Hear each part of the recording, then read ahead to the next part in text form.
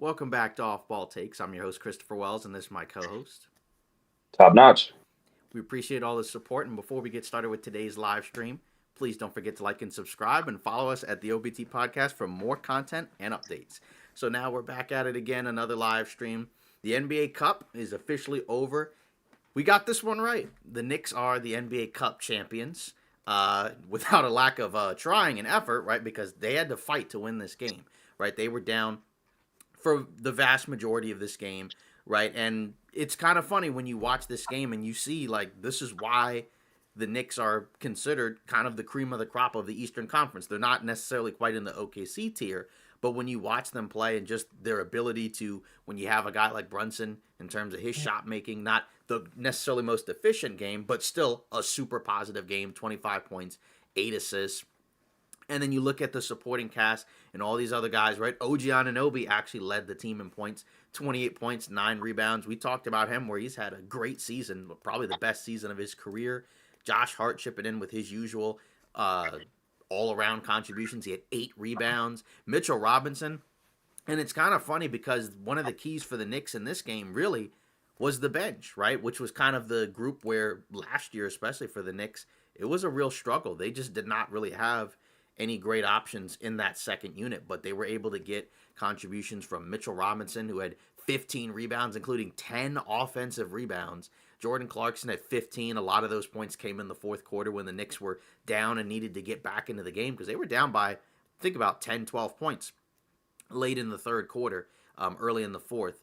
And then also Tyler Kolek, right, who's kind of come in since Deuce McBride's been out, and he's kind of given them some real quality minutes as a backup point guard, right? Especially in this game, right? 14 points, 5 rebounds, 5 assists. He had this great play where he swung the pass from the opposite side, like all the way to the other corner for OG Anunoby, and he hits a 3, which was a big shot to kind of, put a stamp on the game.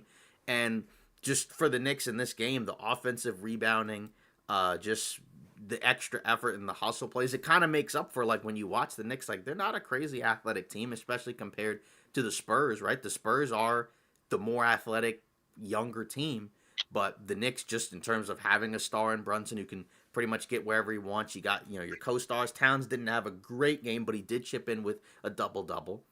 He got hurt late in the game, and did come back in and gave it a go, and you were kind of wondering, they've been so great with Robinson out there. Maybe just stick with him. Bridges didn't really play late in the fourth quarter. Didn't have a great game anyways, but didn't really need him. But really impressive win by them just to kind of showcase, like, at least for the Spurs, like, they played very well over the course of the game. But if you were to make a case for maybe why in the playoffs it might be a little bit more of a struggle for them, this type of game could be a reason why. But, like I said, it just kind of illustrates how good the Knicks have been with this group of guys, right? Where they ran it back. They let Mike Brown kind of come in and shake things up, where they got a little bit more depth. They moved the ball a lot more, right? Even though Brunson's still getting his shots, there's a lot more activity within everything else. So they've become, I think, a more fun team to watch, and they're just really good, and they continue to show it in this game, and they've battled back in a lot of games where their offense is super high powered. They finished with 124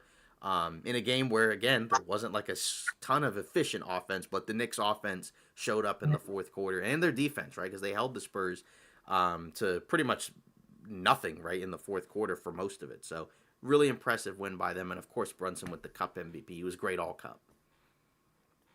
Yeah, man. Like we said in yesterday's live stream that we had the Knicks winning this, and we was mainly talking about the starters and Jalen and Cat and OG, but the bench showed up, and I think this is what makes the Knicks special this year is that not only do they have a new head coach that trusts their depth, the players are actually playing well, like Jordan Clarkson and Tyler Kolak, which were very important pieces because Jordan Clarkson came in the game at the fourth quarter and they were still down, but he had 2 big threes and he brought them up to a 3-point game. And then Kolak just playmaking ability, having another ball handler with Jalen Brunson on the court helped because there was a play where Dalen Harper forced a turnover on Brunson. They went back court and you seen Mike Brown instantly insert Kolak because now, Brunson doesn't got to get harassed up the court because, the Dalen Harpers, the Castles, everybody was pressuring Jalen Brunson. And, like I said, he didn't have the most efficient game, but at the end of the day, He had 25 points, big 25 points, and I do think OG Anunoby was robbed for the MVP. I don't think Jalen Brunson deserved to win MVP for the NBA Cup. I thought OG kept them alive in that first half, and I felt like the first half the Spurs Mm. pretty much had control of the game. Like I thought, but OG kept them alive, right? 28 points, but hit 5 threes. 10 for 17 from the field, 9 rebounds. So I just thought he played really, really well. Like you said, he's having one of his better seasons. And then, with Cat, he was dealing with a little injury, obviously came back down the stretch, but having Mitchell Robinson, like, Mm-hmm. you're not telling him to give you points or anything like that, but just give me offensive rebounds. And having 10 offensive rebounds is just absolutely crazy. Like, I don't even think the San Antonio Spurs had 10 offensive rebounds. Well, they had about they had Yeah, they as had 18. or It was a lot of 18 18. as a team, but just having 10 is just off one player is just insane. So, and I also thought, Wemby being on the a minute restriction, I get it. You don't want to force the injuries, just the cup. It's not like the real playoffs or whatever you want to say. You know what I mean? But he came late in that fourth quarter, and you can just tell, like, Wemby was good in that third quarter when he started hitting his shots, but when he got sat, they sat him down. They didn't play him until like 3 minutes into the fourth quarter. Mm-hmm. So, but like you said, I thought the experience. I don't even want to say experience showed up. But just the Knicks were just the better team. Like they just played better in that fourth. They outscored them by 16, 19 and 35, and that's the deciding factor right there. But I do think the Spurs played well enough. Just couldn't get the job done. Yeah, and that's kind of like I said, the case that I make where it's like in the playoffs, you could have a scenario with the Spurs where like they may look like the better team, but just the lack of experience or just in general, like you said, like just some of the winning plays where some of these guys haven't experienced huge games just yet. That could be kind of something down the road. But again, for the Spurs, this isn't a championship year. This is a year where you're trying to kind of find out who you are and what you have as a team. And, even with all the momentum and the hype for the Spurs going into this game, right? I've kind of felt like that the Knicks were going to win, but of course we got a couple ones wrong before that. But just in general, even with the loss, I'm still really impressed by this Spurs team. Fortunately for them, I guess the game doesn't really count in the standings. Of course, you get all the money and everything else, but I just kind of appreciate. And it's funny, like with a Dylan Harper, where this was probably one of his best games. I know he was a minus 15, but this was probably one of his best games of the year. And the funny thing was, and the commentators kept mentioning how his 3-point shooting, where he had made 10 threes all year leading up into the game, he has not really shot the three ball well at all, right? That was kind of one of his weaknesses coming into the league, right? 26% on threes. But he shot 5 of 7 from three in this game, and most of them were leaving him open, and that's kind of going to be one of the challenges for the Spurs in the playoffs. Is the 3-point shot they're going to give to some of these guys, and they shot 36 from three as a team. But in the fourth quarter, they couldn't really buy a bucket, right? Like Vassell was 2 for 7. I think Harrison Barnes was 0 for 4.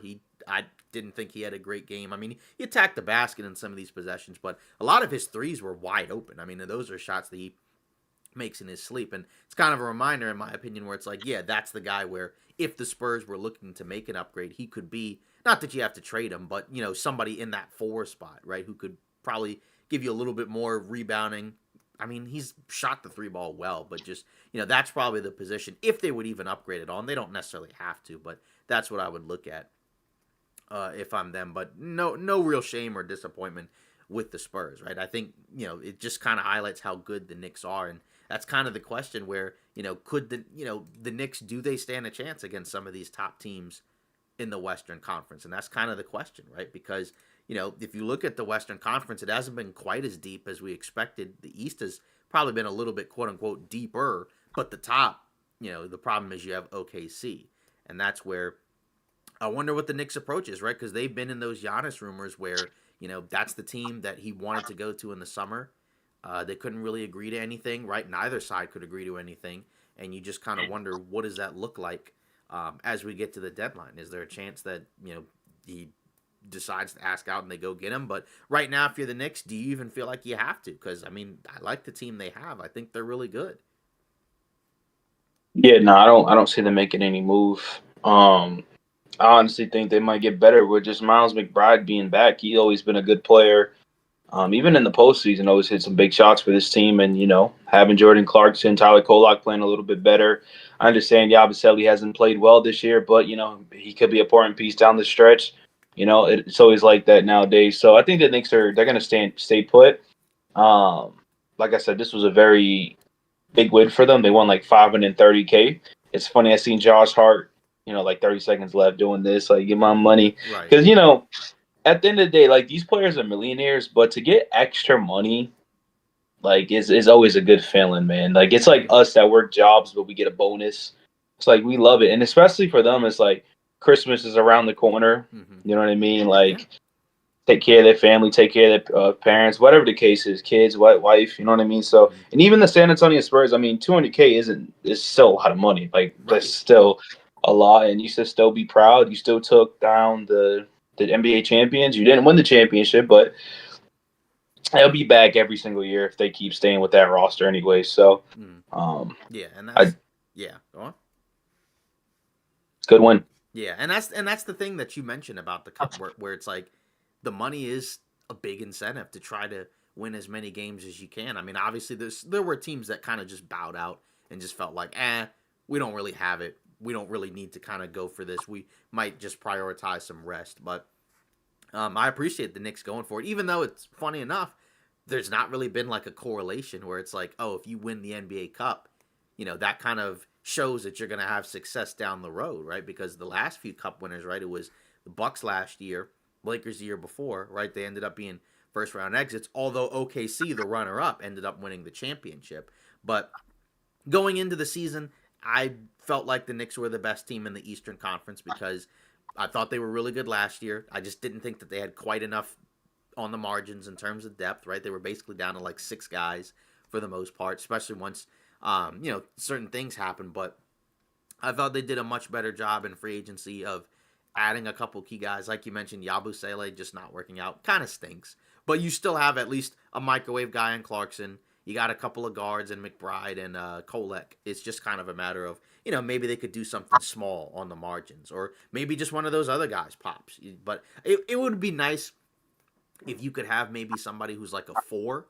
Maybe that would kind of like basically what Yabusele is supposed to do. Like somebody who could play between the bigs, be a floor spacer, but better than what he could give them, right? Like just to kind of give them another option against maybe some of these bigger, more physical teams. So it doesn't always have to be Josh Hart battling the other team's biggest players out there. Because there were stretches where like the Spurs were kind of just playing the pick and roll, throwing lobs to Luke Cornett or Wemby, and they were kind of running them out of the gym with that. But like I said, I still really like what they have, and it's just kind of a question of what other Eastern Conference teams, even though you feel like the East is wide open, like what other teams do you feel like could realistically challenge the Knicks? And for the East, Yeah. dude, I'll be honest with you, man. Detroit, obviously, I mean, Detroit brought them to a good series last year, but Detroit's a different team. I think right now the only team that can really give them a run is Detroit, and if Tatum returns. Mm-hmm. Yeah, I mean the Pistons, they have the better record. They're the first seed in the Eastern Conference. I just think that there's questions about what does that look like come playoff time. Can you have anybody outside of Cade that can kind of give you some level of shot creation, right? Like Duncan Robinson's a super important guy because they don't have a lot of 3-point shooting. So will they be able to get it done in the postseason? Obviously, if they can keep the 1 seed, that'll help because that'll help them play. That means that they'll probably play a better matchup in the Yeah, first round. But then, after that, like Toronto, I don't know. no, I mean, they've not played as well recently, and I feel like in the playoffs, I wouldn't pick them over the Knicks. I know they've been hurt, but Boston, like you said, Tatum's the key. If he can come back and be Jason Tatum, that could be scary. I don't know. I wouldn't feel comfortable picking them to win the East because I would still probably need to. I would like to see another big outside of Kada, even though he's been great. But I wouldn't feel quite as comfortable picking them. Orlando's got all those injuries. Philly, it's just kind of hard to trust. What are you going to get out of Embiid? I guess Paul George has been back and he's played relatively well, but I don't really know what I'm getting out of Philly. They've been kind of just mediocre.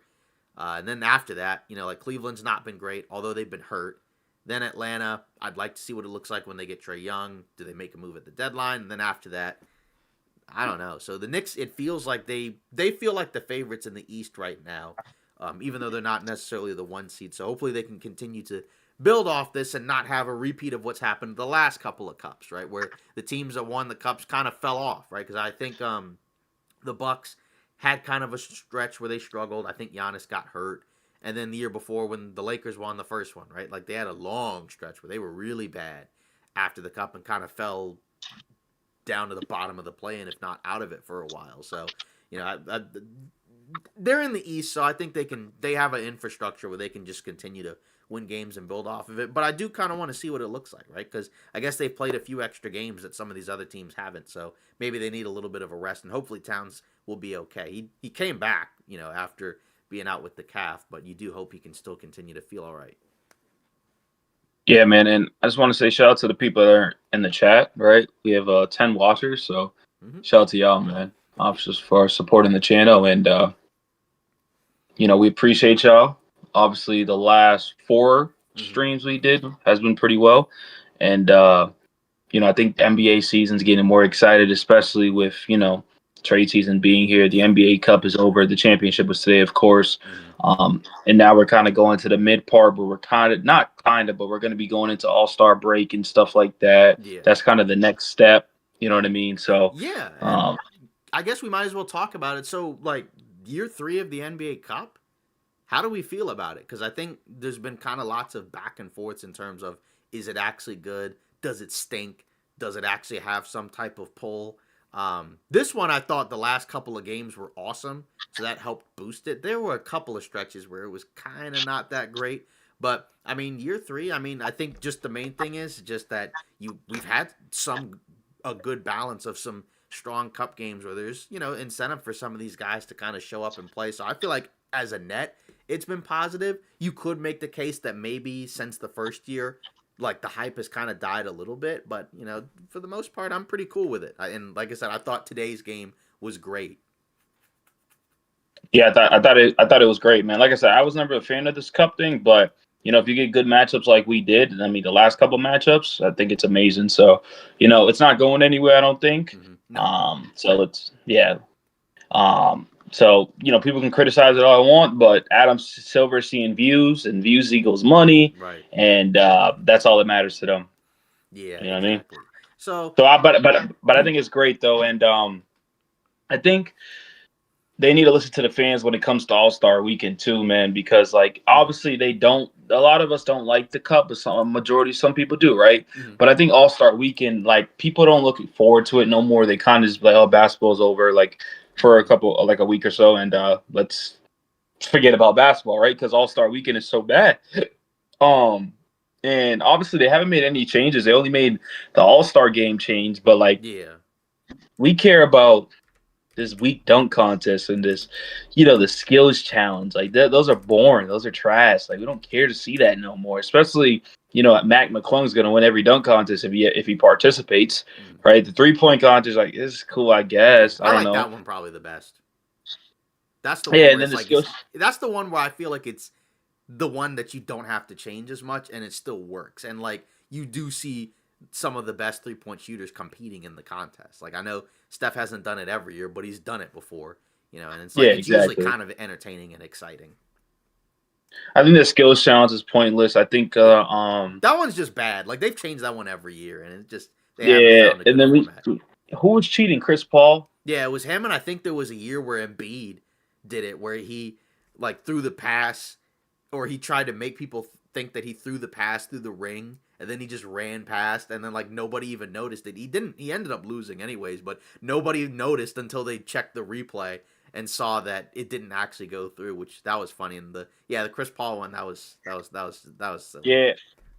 Yeah, it's just everything's just silly. Yeah. No, I'm not a fan of it, but Yeah, and the All-Star game this year, right? I think that now the changes, it's the U.S. teams and the international teams, and then you have like the round robin tournament with like 3 games with the championship game.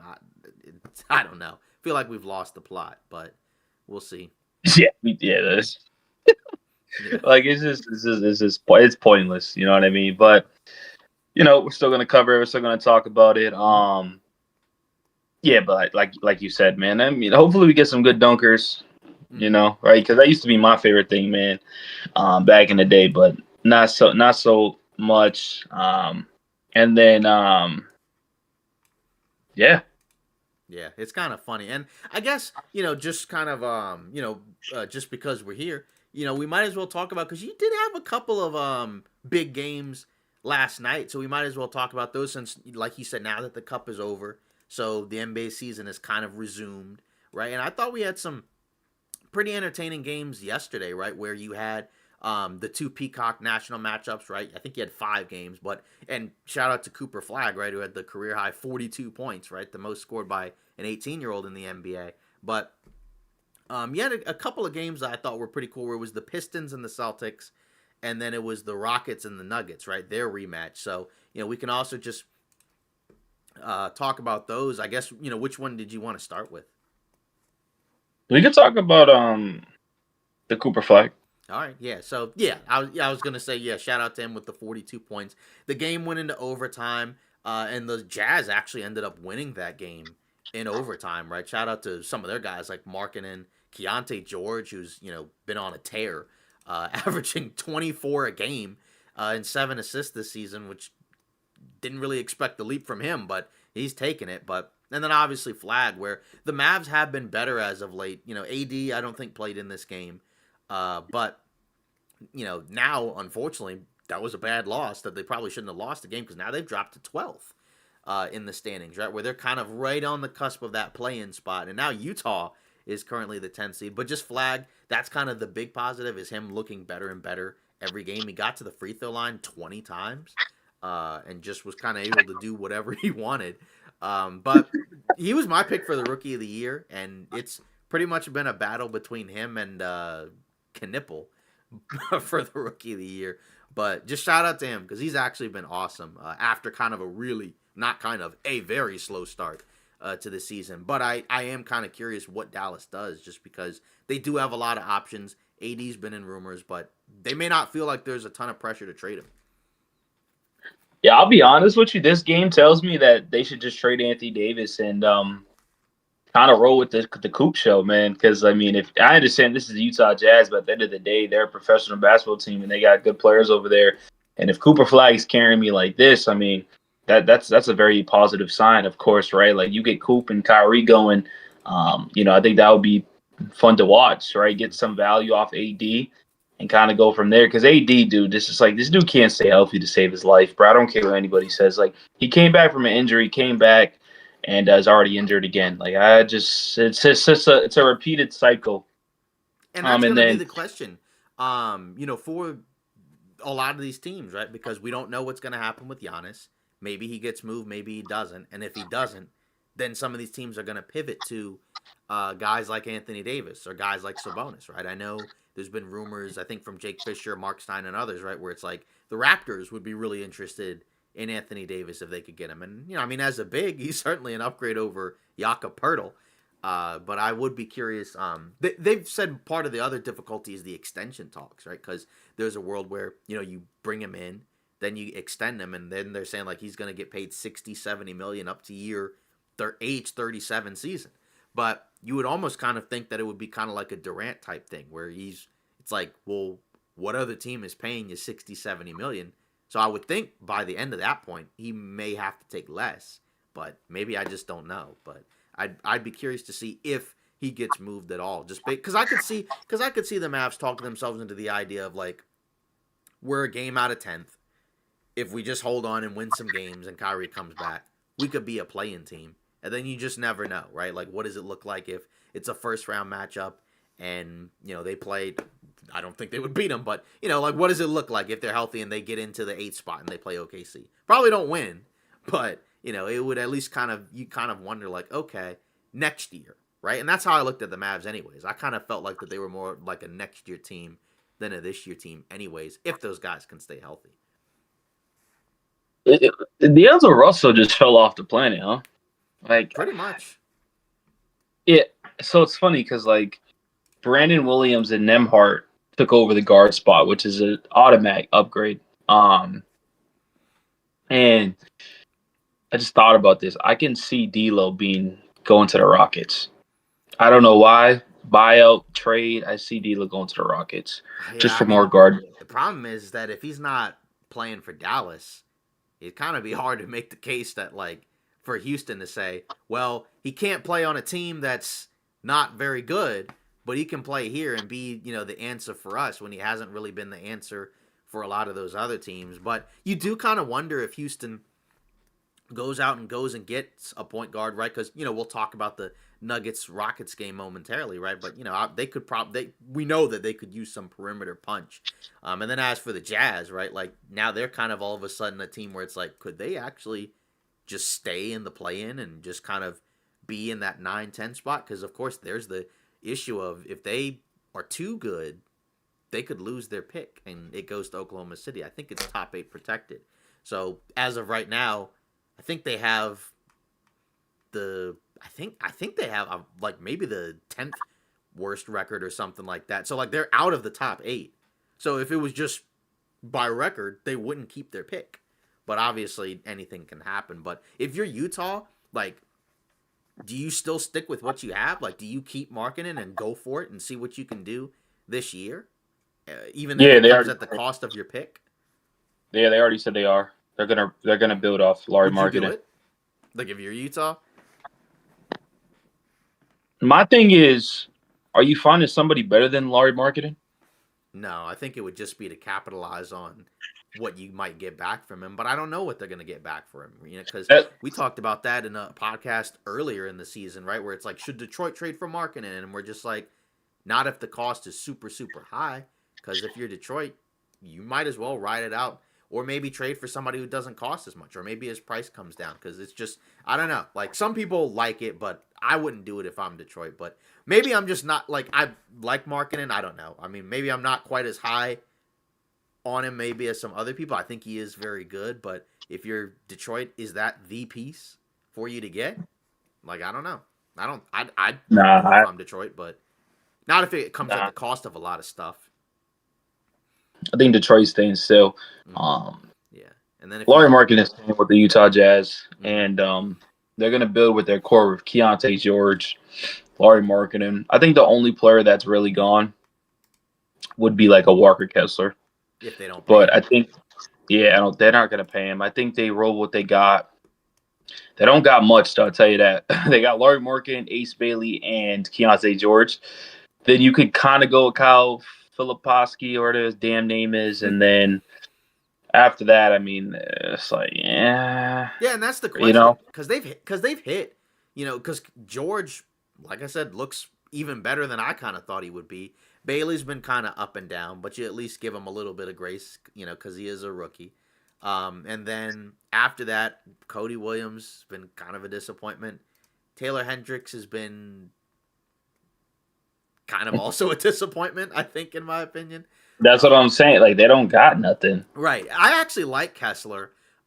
It's just he's hurt, right? So he's obviously not playing, and you do kind of wonder, like, does that factor into the decision that they make? Because you would think that him and Markkinen could play together. Just one's a 4, and then the other's the 5, right? They've put Markkinen at the 3 at different points, but I guess it just depends on the cost and what another team is willing to pay. Because we know that Kessler had been in a lot of trade rumors, but Utah never bid on it, and I don't know what teams were offering to go get him. But obviously, going into next summer, you would think, okay, well now he'll probably get paid more than what he's making right now, and does that kind of change the market in terms of what a team is willing to give up for him? So I'd be curious. It's just interesting because Yarby and I picked the over. I don't know what you did, but we picked the over on Utah going into the season, and they're getting close. I think they need maybe 9 more wins, and it seems like with the way they have played, that might be doable unless they have a bunch of injuries. Yeah, and, I mean, what was it? I'm not too sure their over was, but 20. Yeah, it was. Yeah, it was. It was 18 and a half. Dang, why so? Wow, okay. Yeah, people were not high on this team, and I'm not saying I was high on it. I just took the over because I'm like, if Markkanen has a bounce back year, maybe a couple young guys get better. That's probably enough to win 20 games. But So So what I'm hearing is right. Mm-hmm. They're 10-15 currently, so that means they're what is it? So there's 25 games. So there's like say there's like 60 plus games. Mm-hmm. You're telling me they got to lose like the next like 40 plus, like 50 plus games Mm-hmm. for them to even like, dude, that's not happening. Like, That's the they're problem. easily Is like how like they're gonna have to lose a lot of games to get to like the. And I'm not saying it's impossible, but like who has the worst record in the league right now? I think it's the Wizards. They're 4-20, right? And then yeah. after that, it's like the Pelicans or 5-22, and then the And then Clippers the and the Clippers. Pacers are 6-20. The Kings are 6-20. So it's like, the losses. Like that's the worst. The team with the most amount of losses, New Orleans. That's 7 more losses. So it's like to get to that many losses, you'd have to lose 7 straight, right? And that's assuming that New Orleans doesn't lose any more games. Zion's come back; they've won 2 in a row, so whoop-de-doo, great for them. But that's kind of the question that I'm kind of curious to see how Utah approaches it, just because it's like they're a little bit better than I think maybe that might have been expected, even with Kessler being out. I think they trade Kessler for a first round pick, and that's their only move they make. And then they kind of just go what they got, see if they make it to the playoffs. If not, try to get a lottery pick and then get ready for next season Yeah, I'm just and saying, see like, what. that's the conundrum, because if they're out of the top 8, they don't get the pick. It goes to Oklahoma City. So that's why I'm kind of wondering, like, are they going to just turn on the tank engine and kind of just start losing some games here? Because if they're too good, they're not going to finish bottom 8. And then, I'm not saying it's impossible, but just, looking at the teams below them, I think Portland and Dallas could move ahead of them, especially if Dallas gets healthy and Portland gets healthy. And then after that, like, I mean, Brooklyn, Pacers, Wizards, Pelicans, Kings. I mean, like, it depends on what some of these teams do. Like, I think the Jazz could finish bottom 8. It's just a matter of, you know, like, you're going to have to start sitting marking in some games, and, Keontae George is going to have to play worse, but, like, they're playing a little too good, if you're the Jazz, I would say. Well, I think for the Jazz, they're just thinking like, okay, we're gonna see what we got, so they're gonna Right, let the season play out. right. They start winning more games. I think near the end, they're gonna be like, yeah, Markkanen's sick. Yeah, Mm-hmm. Georgia got Achilles. He's sore. Those injuries do be kicking in randomly out the blue. A Right. lot of teams do that. Yeah. But yeah, I think for the Jazz, they're in a weird spot. Mm-hmm. But who I also think is in a weird spot is the Clippers, because it's like, bro, Yeah, it's bad. they're It's six bad. and It's bad. It's bad. dude. I don't even know what do you do in this spot right now. Nothing. I Like, mean, they don't have their pick. So I mean, they continue to lose and help Oklahoma City, or they make a move at some point to bring somebody in, or they strip it down. But I don't think that they'll strip it down. I think they'll just, I don't know, go for it. I mean, I no, guess technically they're not that far out of it, but like you got to win some games. yeah, what they're 4 or 5 games out of it. Tennessee, they Yeah, got to catch up to the Utah. they're Now, hold six and up, 20. Mm-hmm. they got to catch up to the Jazz. We just talked about the Jazz, right? If Right. the Jazz start losing games, but then the Dallas Mavericks and Portland's going to be better when they get their guards back. Portland's going to be better, I guaranteed that. Mm-hmm. Um, I don't know, That's the but problem. And they're gonna have to win at some point. Like they can't keep, because if they keep losing, then they're gonna stay where they're at or fall further behind. So it's like I I don't really know what they do, and it's like Kawhi and Harden have played, and they've actually been pretty good. So it's like, but they're still getting their butts kicked every night. It's crazy. They're 1-9 in well, their last 10. James Harden, hot take. James Harden will be traded at this year's trade deadline to the Minnesota Timberwolves. And that's kind of a team where you do kind of wonder, like, the Wolves are 7-3 in their last 10. They're 17-9. But it feels weird. It just, I don't know, something about it just doesn't quite feel. And like in my opinion, like I think I took the under on them this season, and maybe they'll hit it. But it just feels like everybody knows, they still need some type of point guard. And Conley's getting closer to the end, and Dillingham just hasn't been good enough. But if you're gonna go out and get a guy like Harden, you're gonna have to put one of your bigger salary guys in the trade. And that's why some people like Jake Fisher have mentioned like a Julius Randle. He's played really well, but if you're gonna go out and go big game hunting to get a point guard like Naz Reid, Randle, Gobert, one of those guys is gonna have to be in it. I mean, I think they got to make a move either way, right? Do I think they make a move for Harden? Probably not, but it is a realistic. It could be realistic. I've been seeing the Darius Garland trade stuff that has been brought up a lot lately. Mm-hmm. I think Darius Garland's trash, but that's just my opinion. Um, there's the CP3's that'll be an awful decision. Like, there's He gonna be won't other start. guards out there. You could throw D'Lo in there, but D'Lo going back to Minnesota, I actually don't see that happening again. No, no, But no. and I'm looking at guard help right now, right? Mm-hmm. Because like, what guards are out there now? I got an interest in one. Mm-hmm. Got an interest in one. I don't know if this will be the answer. What do you think of Mm-hmm. Russell Westbrook? So what is he on, like a minimum? Something like that? Bro, he's not even on bro, this dude's on a Yeah, it's like a non-guaranteed. non-guaranteed or whatever. Yeah, so he makes very little. I mean, like that's a tradable salary. I don't think Minnesota would do that. I feel like I feel like whatever guard they get is probably going to be a guard that's like, a little bit closer to like a timeline. It's if it's not, it's either I don't know. I don't think they go for like an older veteran guard. I think they would probably go for somebody a little bit younger. It doesn't have to be like 24, but I don't think that they're necessarily going to go out. And it's just funny because like you look at a Bones Highland and it's like, not saying that that's all you need, but it's just like if you could have some type of point guard who could break down the defense, handle the ball, make plays, and just get other guys easy shots, like it would help out Minnesota so much. It's just everything's a struggle for them. Even with Ant being as great of a shot maker as he is, like you got to have other options than just him and Randall, and I guess a leveled up McDaniels.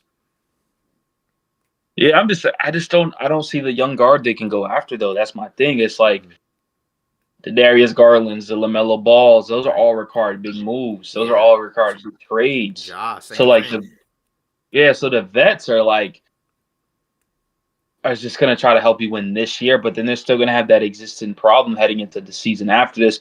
So I don't know, man. They just gotta hope that these Rob turns into a better player. And I don't think it's happening this year. no, that's not happening this year. First of all, Rob has too many problems. He has way too many problems. I mean, But it's just tough. I think they're in a weird spot. I'm very interested to see what they do in the not the off season, what they do at the trade deadline. Yeah, But because uh, Minnesota's good. They're just not, I don't think, quite good enough to make me feel like that they're going to get out of the Western Conference. if you think about it though, right? Look at the standings real quick. Right. They're literally one game, well, two games technically behind the Yeah, Lakers, they're right which there. That's my point. Like, they're good. It's just, and it's crazy. They were struggling really bad. Not bad, but they were yeah. struggling at a point. They couldn't beat good Houston's teams. kind of falling off a little bit. Mm-hmm. You said who? Just a little. Houston. Yeah, and we can talk about them, I guess, momentarily in the context of like the Nuggets Rockets game. But yeah, that's the thing. Like, and that's why I'm saying, like, when I watch the Wolves, there's like a lot of moments where I'm like, I don't know about this team, but they are winning. They're playing better, and they have a history of playing better. To close the season. So it's like, I think that there's still a team that you do have to worry about if you're another team. I don't think you have to worry about them if you're Oklahoma City. It's just I do want to see if they're active and if they go get a guard, because it's like they're to me they're close. They need another guy. They have to have another guy that isn't Conley, or Dillingham, just somebody better in that spot. And it's like even like DiVincenzo. I like DiVincenzo, but I don't think he can be. I mean, I guess Ant's really technically the point guard, but I think you have to have somebody who can actually kind of do the job of running the offense and just to get other guys easier shots, even get Ant easier shots. Like just something simple like that, I think would really change their lives. It's just, and that's kind of supposed to be Rob Dillingham, but offensively, Yeah, he's not been this good. And that's kind of the issue there because we know defensively he's not great, but you were kind of thinking you can just surround him with all these good defenders and he's a good scorer, but he's been a guy who is supposed to be a scorer that can't score. And like, those are the type of players where it just doesn't work. And I just think like he might just not be it, but he's still young. So, but he's definitely not ready. And he needed to be ready for the Wolves, I think, to take the next step. Even though, like I said, we've seen progression from Ant and McDaniel. So it's not like nobody on the team's gotten better, but I don't think it's good enough. Yeah, what's going to happen in the playoffs if they don't get a point guard is that Ant's going to get tired out because the defense is just going to throw 2, 3 people at this dude. and he's just going to try to force shots, knowing because he's going to have to because they're going to need players to hit shots, and yeah, that's what's going to happen. If it's going to be rough. He's going to get gassed out. We've seen it every playoffs. Yeah. We have, And I think you know he's what I mean? improved as a passer in terms of making his reads, but I do think that there are going to be issues where it's just a lot to ask out of one guy, and just against a team like Oklahoma City, it's too much. Like you need another ball handler. You need multiple ball handlers if you're going to beat a team like Oklahoma City. And maybe they don't play them. Maybe somebody else knocks them out. Like maybe Denver knocks them out and then they play Denver. Maybe they have a chance. But, I mean, we can get into Denver-Houston. Like, Denver looks pretty good. Just even without some of these guys. But let's get into that one, I guess, and talk about that, right? That was a big matchup, Houston-Denver, a rematch from earlier in the season. I believe the last time they played it was a cup game, and the Nuggets ended up winning that game. And this game kind of played out in a similar fashion where it was pretty back and forth. There were stretches where it looked like Houston might win the game, but they've kind of had a problem against some of these upper tier teams where where they just can't seemingly close the game and get some good shots, right? Like if you watched in crunch time, it was like, Şengün was getting to his spots, but there were some other possessions where it was kind of rough. And in the overtime, Durant didn't get any shots at all. I think he got off one shot, but other than that, it was just a lot of ugly possessions, right? Amen Thompson, we know his weaknesses as a shooter. And this is kind of the argument for why without Van Vliet, it may be a little bit trickier for them. I know they were without Eason and Dorian Finney-Smith, but like Nuggets didn't have Aaron Gordon. They didn't have Christian Brown. And then Peyton Watson, who's been the Gordon replacement, he got hurt in the game too. So this is kind of the game where it's like, I feel like Denver is better than Houston, which is not a shocker. It's not really a hot take. But this is why I do worry about Houston come playoff time, where I love the rebounding and the activity. And against some teams, that will work. But I feel like against the best of the best, I'm just not sure. But I would at least like to see those other forwards come back, just because those guys can hit open threes, and that could give them a little bit more options and spacing out there. But I don't know. And then even like defensively, right? Like Jokic and Murray pretty much got whatever they wanted. I know Durant, he played some great defense on Jokic and for stretches. He had like 5 blocks, and a lot of them were against Jokic in crunch time. But that was kind of the thing, is like when you watch them against OKC, like OKC was able to do what they needed to do offensively in crunch time. Same with the Spurs, same with the Nuggets. The good sign, I guess, for Houston is all those games have been competitive. It's not like they've gotten blown out by any of these teams. But the problem is they're losing in the same way, and it feels like a pattern where if they don't patch that up by the deadline and get somebody, then that's probably going to happen in the playoffs too. I do kind of wonder, like, what do they do with Van Vliet? Because I know they got that disabled player exception. Maybe they just trade him and bring in somebody else. Maybe they do something small. Maybe they do something big, because they have some options. But I thought it was a great game regardless, right? Like, I mean, Şengün and Durant, they were much better in this game than they were the first time against Denver, but it just wasn't enough. And like I said, Jokic and Murray. Murray's been insane this season. I know obviously Jokic has been awesome, but Murray, he might actually get into the All-Star game for the first time in his career, right? Because he's always been a guy where he's been good in the regular season, but not necessarily great. He's legitimately been great this regular season. And like they turned to him a lot in crunch time when Houston just had no answer for him. No, this was a bad loss for Houston, man. You don't have 3 of your starters, 2 of your starters, and you lose this game. I mean, they really just ran a lineup of Cam Johnson, Spencer Jones, Jokic, Murray, and Tim Hardaway Jr. out there, and they beat you. Like, you don't have 2 of your best guys in Braun and Gordon and stuff like that. Like, these are the games you need to win. Like, you got to take advantage, especially in the tight standings in the Western Conference. These games are going to come back at you for, seeding purposes. Obviously, the series can matter because, Denver wins it, which they're up 2-0. Now the Rockets got to win the next 2 just to get the series tied. These all matter. Game 1, game 25, game 60, game 80 all matter, man. We see it all the time. When it's game 80 and we're like, yo, the Warriors need to lose, but the Rockets need to win to get this seeding. So tough loss. Denver's a really good team. It just shows you that, having the best player in the world or one of the best players in the world and a running partner, and, Jamal Murray, they carried him to the win. Good stuff for the Nuggets. I'm concerned about the Rockets bench. They don't really have a bench. Even with Eason and Finney Smith. Finney Smith haven't played all year. No, I don't know when he's gonna play at this no point. idea. But yeah, right. So like their bench is concerning, right? Like you could say Steven Adams and Capella. Yeah, like okay, they're not coming off the bench and giving you 10, 15 points. They're not Mm-hmm. doing that. Those are not the type of players. Like their roles are okay. We're gonna play small or we're gonna play big, and Steve Nash is gonna be there getting all these offensive rebounds. That's cool. That's good and all.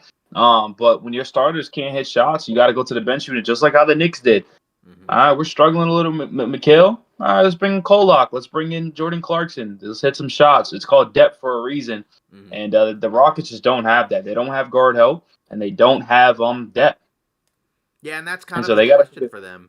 Is that perimeter option really? Just because in general, I mean, you look at a lot of these other teams and they have that, and that was kind of always the case for why the Van Vliet injury was so tough for Houston. They've still been able to quote unquote survive it, which I picked the over on them.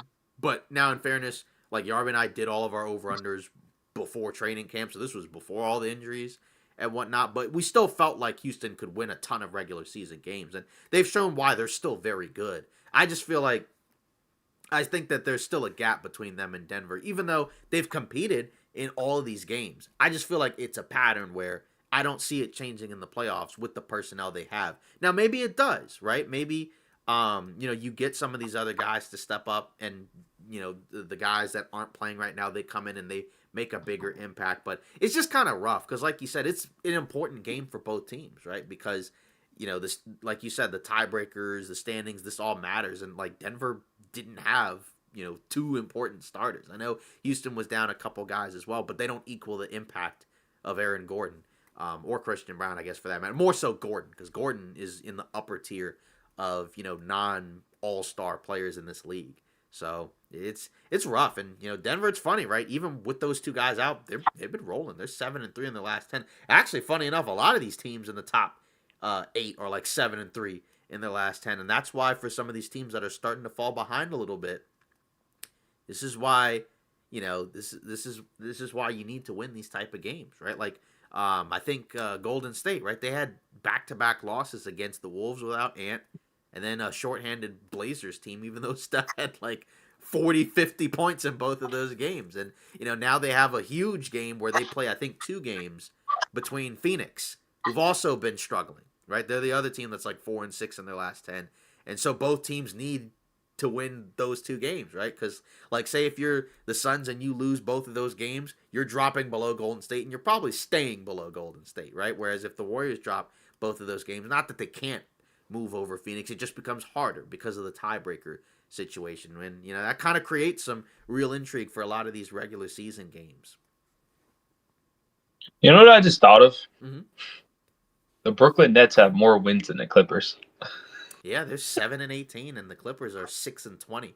And Dude, who would have thought that? yeah, because I think Brooklyn was, I think Yarby and I took the over. I'd have to go back and look. We may have taken the under. I'd have to go back and look because I have a spreadsheet of all of them. But I think we took the under on that one because it was hard to make the case for Brooklyn to win more than 20 games. But hey, shout out to them. I mean, Porter's been great. Their young players have looked better as of late, so that's good for them. I mean, I don't know what they're going to do. I don't know if some of those guys will be traded to help the tank. Could Cam Thomas or Porter or Claxton or one of these other veteran-ish guys get moved? Maybe. I mean, if you're Brooklyn and you can get back compensation, why not? But I don't know if they will. I don't know how much they'll get. Yeah, I don't know, man. But overall, though, I think we have a lot ahead of us. So I'm looking forward to that. Yeah, so I guess we'll probably call it there then, right? Obviously the Knicks, ended up winning the NBA Cup, so they're the 3rd NBA Cup champions. And then I guess any parting thoughts about Wemby? I guess because in this game, like you kind of mentioned it when we were talking about it before, but he had a lot of quotes that had come out leading up to both of these games, right? Where I think he was doing the sit down interview where he mentioned that he felt like Jokic is the best offensive player, but he thought like Giannis and Shea are the best. But then when he's back on the court, it's him.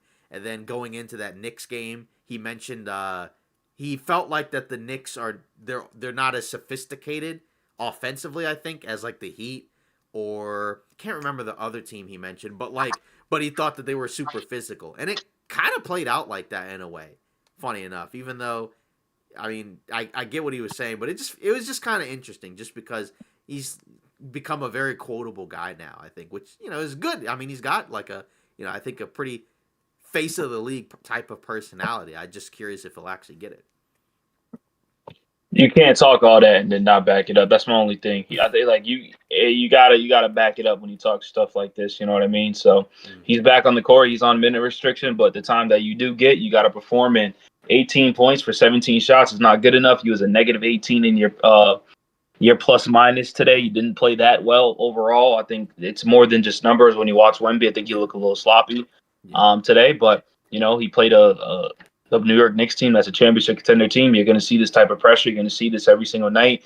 And then if you go to the postseason, which you are, you're going to see that every single game. So, I'm glad that he's talking. You can tell he's getting more comfortable in the league. But now, Wemby, you're going to have to back it up and show why that you're the best compared to Shea and Jokic. Yeah, and we actually had some comments in the chat that we might as well read. So we got one from Kyle Mayuga, who said, "Shout out, the flame is on from the Philippines. Jordan Clarkson for 3 points, bang." Yeah, shout out. Thanks for joining us from the Philippines. Yeah, and that's part of Clarkson's heritage, and he played very well in this game. And the Knicks probably don't win the game without his contributions. And then Hakeem the Dream, 3298. OG is the real MVP. I agree. I don't know why Brunson won it. Yeah, I think for that one, I think it's like the overall cup. It's not based off of like just the last game. I think it's just like the cup as a whole, all the games. Because I remember, I think the year the Lakers won it, right? Like AD, I think was like the leading performer in the championship game, but like it's over the whole cup series of games, and so LeBron ended up winning it. So I think that's what it comes down to. It's just like if if OG and Brunson were playing like that, like every cup game, then yeah, OG probably could have won it. But OG was awesome in this game. Like, I mean, he was probably, I would say he was their best performer in this game for sure. I mean, what he was doing on both ends of the floor. I mean, we already know he's a great defensive player, but just offensively, I feel like it's the best I've seen him play. As I said earlier in the podcast, and it's fun to watch. And I like how the broadcast mentioned that apparently he spoke with Dirk Nowitzki, about his footwork, which is interesting, because he doesn't usually do quite as much work off the dribble, but he seems very comfortable offensively with his game. It's a good thing. They need it, right? Like, he's getting paid, a huge contract, and to see him take strides and make real improvements in his game, like, that helps him. It helps the team, and you love to see it. Definitely, man. Definitely agree. Yeah, so we appreciate everybody for joining us in the live stream. Of course, shout out to the Knicks for winning the NBA Cup. Congratulations to them, right? We'll see how that carries over into the rest of the season. And obviously, we'll see what the Spurs do, after coming off the Cup loss. But either way, we appreciate everybody for shouting out, for joining us. Like I mentioned, all the names in the chat. Thanks for all of that. And of course, follow us at the OBT Podcast for more content and updates. Continue to like and subscribe. We appreciate you all. Thanks for watching.